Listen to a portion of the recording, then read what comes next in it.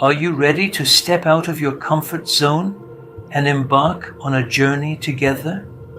Some people follow an old map in search of gold and diamonds believed to be buried somewhere. What we are searching for is deeper and more valuable. When the journey ends, everything will be better. We are going to find ourselves. Are you with me? Are you ready? Are you ready to shed the weariness of the century we live in, to leave behind the endless noise of the modern world? Don't try to hide that emptiness inside you. I have that same void inside me. Now we are going to fill that void, complete that lack. Are you ready for this journey? We are going to become students of the freedom of Epictetus, who was freed from chains, and the solitary yet steadfast soul of the Emperor Marcus Aurelius.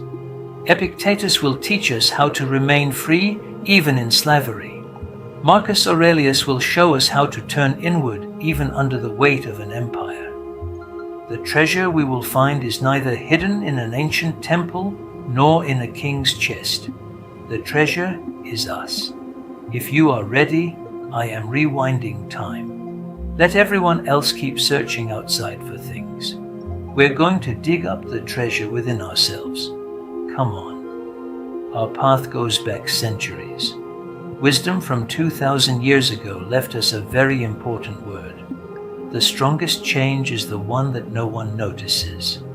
They said, the most powerful man of the Roman Empire, Marcus Aurelius, especially at night, would fall into deep thoughts and confront himself, not for people or for show, but to develop his own soul. He wrote his thoughts under the title Meditations. This idea lies at the core of Stoicism. Now let's look at today's world. Virtually everyone shares everything, unfortunately everything about themselves. I am at the beach, I am flying, in this city, in this country, I am eating this food, I am wearing this brand. Social media has become a theater stage, constantly seeking applause and likes. Now the real question is, how important and valuable are the things you do and share without praise and applause? The Stoics say, do virtue not for social approval, but for the sake of virtue. This principle is a real and solid stance that aligns one with their own values and principles, and sums up the essence of morality. Remember, Epictetus, through the hidden power of silence, when he was a humiliated, dehumanized slave, quietly and secretly, without feeling the need to prove himself to anyone, he turned his mind into a castle of steel. When he gained his freedom, he became one of Rome's most respected philosophers. His life teaches us this: no one needs to see it, you see it. No one needs to know it, you know it. A person who grows through the power of silence is like a tree whose roots spread deep underground, growing out of sight like a great chinar tree. No one sees the roots. No one notices how the trunk and branches thicken and develop. But one day, that tree grows so large that everyone benefits from its fruit and shade. Like Epictetus, Seneca, and Marcus Aurelius have goals and dreams, but do not share them. Keep them to yourself. When you speak about what you want to do, you may receive praise, but the danger is this: your mind may start to perceive it as already done. Your motivation may weaken, your focus may be distracted. Now hold tight. I am sharing with you the great principle of the Stoics and modern psychology. Separate internal change from external approval. That is, know yourself, understand yourself, change, transform, do not seek approval. Do it not for others, but for yourself. Tomorrow morning, do not talk to anyone. Don't even look at your phone. Close your eyes for a few minutes. Cut off communication with the outside world. Talk to yourself. Who do you want to be today? Do not tell anyone the answer. Keep your secret, not for someone else, not like someone else. Be yourself. Live as you want to be. Know and accept this. There may be difficulties in life. You may have health problems. You may lose your job or your loved ones. You may be subjected to injustice. In this case, there are two paths before you. The first is to cry, complain, and pity yourself. The second is to transform the difficulty into an opportunity for maturation without showing it to anyone. There is nothing to gain in the first one. The wise Stoics chose the second path. Epictetus says, "Do not complain about difficulties. Do not ignore your own will and strength.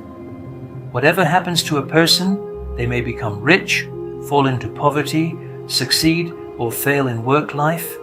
What remains is only to learn from mistakes. Do it like riding a car or bicycle. Focus and look ahead. In today's world, people share their successes and hide their failures. Be careful, because behind every admiring look, there may be jealous eyes waiting in ambush." Success feeds the ego. Failure builds and refines character. Ask yourself, will what I achieve today make me a better person, or will it harm myself? Do not let a life dependent on the praise of others turn you into a dry leaf being blown in the wind. The response Epictetus gave to a student who boasted about memorizing all the works of Chrysippus is very striking. What matters is being able to apply those knowledges, those virtuous admonitions in life and action. Actions must confirm words. Knowing the path does not mean walking the path. You get angry in the market. You act impatiently. You drive chaotically in traffic. You do not follow rules. You do not give your seat to the elderly or weak on the metro. You do not help. The examples can be multiplied, and then every day you say, "I read so many hours. I finish 8 to 10 books a month. I do 1 hour of meditation daily," and praise yourself. Knowing the path does not mean walking the path, does it? Remember, actions must confirm words. A powerful emperor does not have to account to anyone, yet he still reflects on his day every night, even on the battlefield. When the chaos, fighting, and noise of the day ends, he returns to his tent and confronts himself. What did I do well today? Where did I make a mistake? What can I do better tomorrow? He did not write these questions for anyone else, but for himself. Because there is something called conscience. Everyone knows very well what they are in that place. Now it is your turn. Make time for yourself every night. Be alone with yourself. Ask yourself these questions. Give honest and sincere answers. If possible, write them down, not for sharing on social media. Today when I was criticized, I got angry. When I failed, I got sad. I envied my friend's new car. I was patient with an ungrateful and selfish person. Thus, you can evaluate your principled behaviors and patient moments and review them. You can identify your correct or incorrect decisions and develop new strategies for self-improvement and character building. When you apply this method in your life, what did I manage well today? That was under my control? What did I not manage well? How can I be better tomorrow? You should be able to say, this is the real test. No social media likes, no applause, no well done. This is the real test that will produce the right result. Epictetus, the process of building yourself does not begin with showing off. The basic principle is the promise you make to yourself. Then let's face reality. Your character is made of the choices you make when no one is watching. How do you treat trees, flowers, stones, soil, nature? Where do you throw the trash in your hand? How do you treat animals? These and similar behaviors are the basic building blocks of human character. The Emperor Marcus Aurelius did not shout at anyone, did not issue orders in a loud voice. Instead, he lived simply, acted thoughtfully, and behaved humble. His power did not come from his title, but from his character. Titles and positions do not honor people. It is people who give value to titles. You can do the same. When you are unjustly accused, try to remain calm and silent. Maintaining silence is more trustworthy than speaking. When someone disrespects you, do not get angry or try to prove yourself. Just continue on your way. As Epictetus said, there are things you can control and things you cannot. You can control your reactions, thoughts and beliefs, hatred and desires, effort and actions, gossip, people's opinions about you, the economy, politics, weather, past misfortunes, and future events are not in your hands. These are external conditions and not under your control. Now imagine you have a garden full of fruit trees. Every day you care for it, water it, take care of it. No one notices, but you put in the effort. When the time comes and everything turns green, blossoms, and bears fruit, everyone admiring it. What matters for you is not applause or praise, not others' admiration. What matters is the effort you put into growing that garden, the work you do, the happiness and peace you feel. An important subject in Stoic's inner fortress is death. Death and pain cannot be prevented, but the fear and anxiety about them can be. Death is not bad, but a shameful death is, said Epictetus. How great a respect he deserves, doesn't he? Thus he gives us the key to how life should be lived. Marcus Aurelius gives us guidance with the following words. He said to himself every morning, "Today you may face difficulties. Life is temporary and death is near." Now the real question is, if you knew you were going to die tomorrow, what would you do? No time for stories, no time for seeking praise. Most importantly, no need for attention or approval. For wise people, death is a tool of motivation. Memento mori. Remember you will die. At first glance, it may seem scary and pessimistic. However, it is a powerful tool to keep people attached to life, to not care about praise, to eliminate pride, and to make the moment meaningful. For philosophers like Socrates, Epictetus, and Marcus Aurelius, this concept meant not wasting time. Thus, since you will die, you must use your time to be a principled, good, and just person. Now let me give you a few formulas to apply. When you wake up in the morning, let your first question be, what values will I live by today? Think and answer. Start immediately. When the evening comes, what did I do well today? Where did I make a mistake? What could I have done better today? Yes, you will make mistakes on this path. Your patience will be tested. You will get angry. Forgive your mistakes. Learn from them.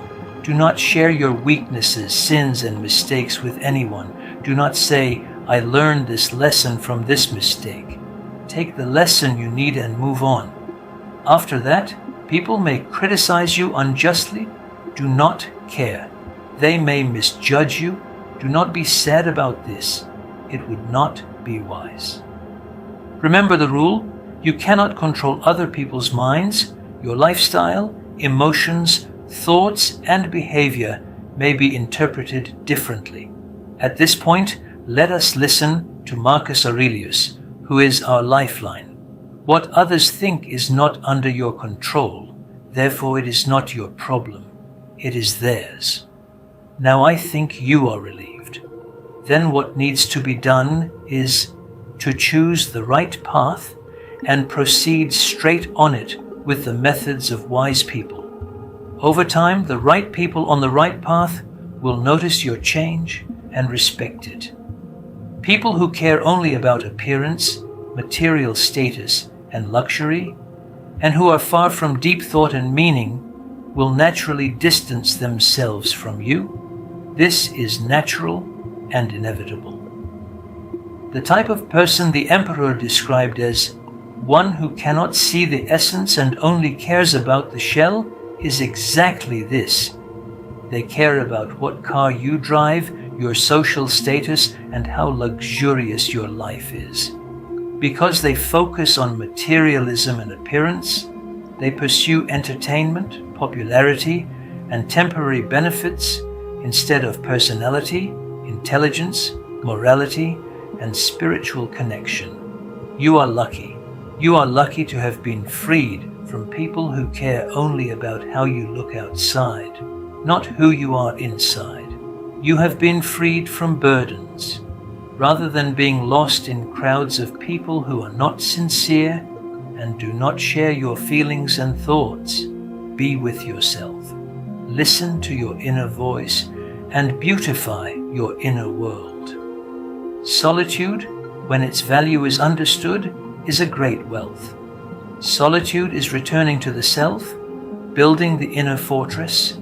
It is seeing who your real friends are. Alone in a 50,000-person stadium, a great derby, a loud crowd, but you are alone, and do not forget. Epictetus sees solitude not as physical being alone, but as mental freedom and a process of self-knowledge. When you stop seeking approval from people, you are never truly alone. You are enough for yourself. Be just, be humble, do good without expectation, share in the sorrow and joy of others. Always put yourself in other people's place. Do not lie, keep your word, do no harm, do not even think of harming, do not compromise your values for personal gain. Now, until our next meeting, I am telling you the word of Epictetus that will be like medicine for you.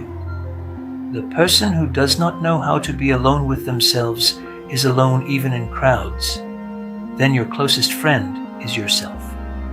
On the path of the wise, with your principles, walk toward your goals and dreams, slowly but steadily, without hurry.